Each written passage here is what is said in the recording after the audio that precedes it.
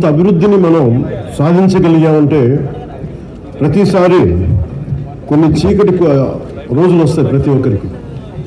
మన రాష్ట్రంలో 2019 నుంచి 2024 వరకు ఒక డార్క్ డేస్, బ్రిటిష్ వాళ్ళు ఎలా పరిపాలించారో, బ్రిటిష్ వాళ్ళు దేశాన్ని ఎలా కబంధ హస్తాల్లో పెట్టుకున్నారో మన రాష్ట్రం కూడా అలాంటి కబంధ హస్తాలు పెట్టుకున్నప్పుడు స్వాతంత్ర సమరయోధుల స్ఫూర్తితోటి ఒకటే ఎదుర్కొన్నాం.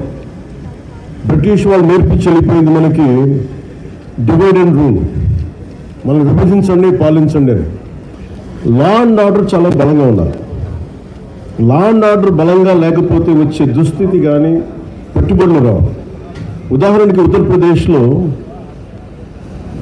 యోగి ఆదిత్యనాథ్ గారు ముఖ్యమంత్రిగా ప్రమాణ స్వీకారం చేసిన తర్వాత 8 సంవత్సరాల కాలంలో అది 15 లక్షల రూపాయల కోట్ల పెట్టుబడిని ఆకర్షించడం జరిగింది.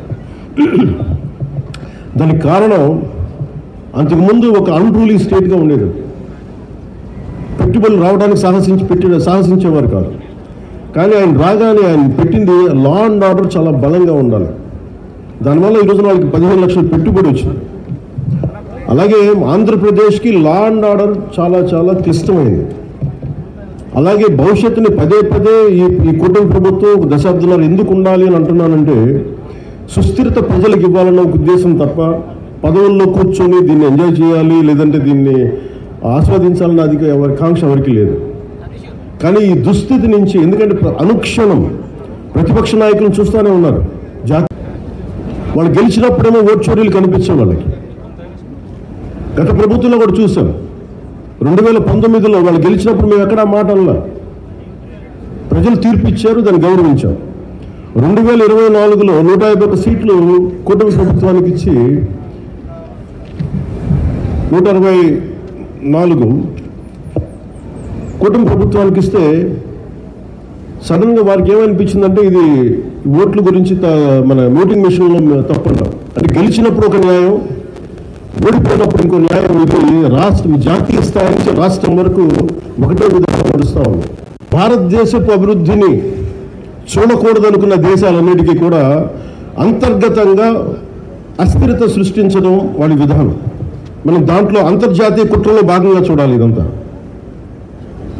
ఎప్పుడైతే భారతదేశం అంతర్గతంగా బలహీనపడద్దో, ఒక కోటని దెబ్బ కొట్టాలంటే బయటోడు కొట్టడం కంటే కూడా లోపల ఉన్నోడు తలుపు తీస్తే వచ్చే నష్టం ఎక్కువ. అందుకని ఎప్పుడు కూడా విదేశీ శక్తులు అంతర్గతంగా ఎవరున్నారు భారతదేశంలో, వాళ్ళకి ఎలాంటి ఇన్ఫర్మేషన్ ఇస్తే బాగుంటుంది, వాళ్ళ ఎజెండాని వీళ్ళందరూ మోస్తున్నారు. దీన్ని ప్రజలందరూ కూడా చాలా సునిశ్చితంగా గమనించాలి. ఇదేమైపోతుంటే ఒక్కసారి వాళ్ళని లోపలికి రానిచ్చామా, మీరు 2019, 2024 చూశారు. రోడ్డు మీదకి రావాలంటే భయాలు వచ్చినాయి ఒక్కొక్కళ్ళకి. ఈ రోజున కూటమి ప్రభుత్వాన్ని తిట్టడానికి ఎవరు ఇబ్బంది పట్టట్లా. దేనికంటే ఇది ప్రజాస్వామ్యం, దీన్ని గౌరవించడానికి ప్రతి ఒక్కరికి మాట చెప్పేది. మీరు ఒక బాధ్యతగా మాట్లాడాలి, సద్విమర్శలు సంపూర్ణంగా స్వీకరించే పరిస్థితులు ఉన్నాయి. కానీ గత ప్రభుత్వంలో చూస్తే విమర్శ చేయడానికి భయపడేవాళ్ళు, పోలీస్ అధికారులు డ్యూటీ చేయడానికి భయపడేవాళ్ళు, అధికారులు అన్ని సివిల్ డిపార్ట్మెంట్స్ ప్రతి ఒక్కరు కూడా భయపడేవాళ్ళు. అడ్డగోలుగా దోచేసుకున్నారు. ఇవన్నీ కూడా విదేశీ శక్తులకి ఇది ఆలవాలం అయిపోద్ది. వారికి కనుసైగలు వీళ్ళందరూ మెలుగుతున్నారు. వీళ్ళందరూ అలా చూడాలి దీన్ని. అందుకని ప్రజలను నేను కోరుకునేది ఈ 79వ స్వాతంత్ర దినోత్సవ శుభ సందర్భంగా మీరు అంతర్గత శత్రువులని ఒక కంట ఇప్పుడు మీరు కలిపెట్టుండాలి. నేను కాకినాడ పోర్టు విషయంలో కూడా నేను అంత గొంతెత్తడానికి కారణం చాలా మనం ఎందుకులే మనం వదిలేస్తా ఉన్నాం. ఆంధ్రప్రదేశ్కి 974 నుంచి 974 కిలోమీటర్ల తీర ప్రాంతం ఉంది. ఇది మన పెట్టుబడులకి చాలా మంచిది. కానీ అది ఒక్కోసారి మనం సరిగ్గా లేకపోతే అది బలహీనత కూడా అయిపోతుంది. ముంబై దాడుల్లో కూడా అసలు ఏమాత్రం పర్యవేక్షణ లేని పోర్టుల నుంచి వచ్చేసారు. లేదంటే పర్యవేక్షణ ఉన్నా కానీ అమ్ముడైపోయిన వ్యక్తుల ద్వారా ఉగ్రవాదులు వచ్చేసారు.